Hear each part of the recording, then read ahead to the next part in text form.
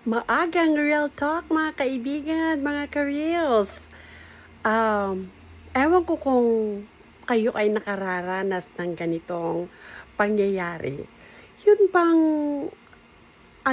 yung nakatulong ka, nakapagbigay ka ng hindi naman mahalaga kung malaki or maliit na biyaya.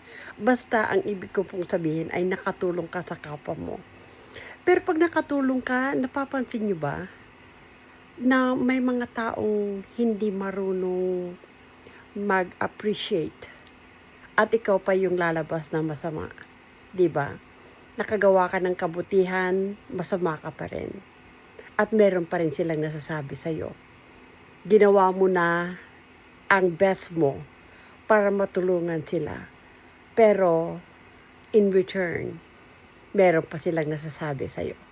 Masaklap, 'di po ba? Pero hayaan na ninyo, alam ng Diyos yan na ikaw ay may mabuting puso. Kaya pagpatuloy ang tumulong, siguro sa mga nararapat lang na tulungan. Pero paano ba natin masasabi na sila yung karapat-dapat na tulungan?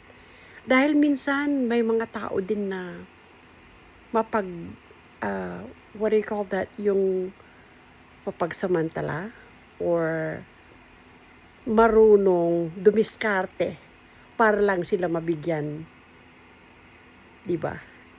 Pansin niyo po ba 'yan?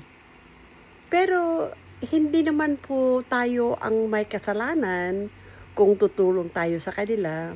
At least tayo gumagawa ng kabutihan.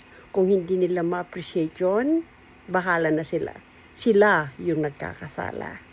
So, konting ingat din lang po dahil marami pong ganyan, mapagsamantala, mapagkunwari, para lang may makuha sila. Yun lang pong masasabi ko ngayong umaga. Magandang umaga at I love you again!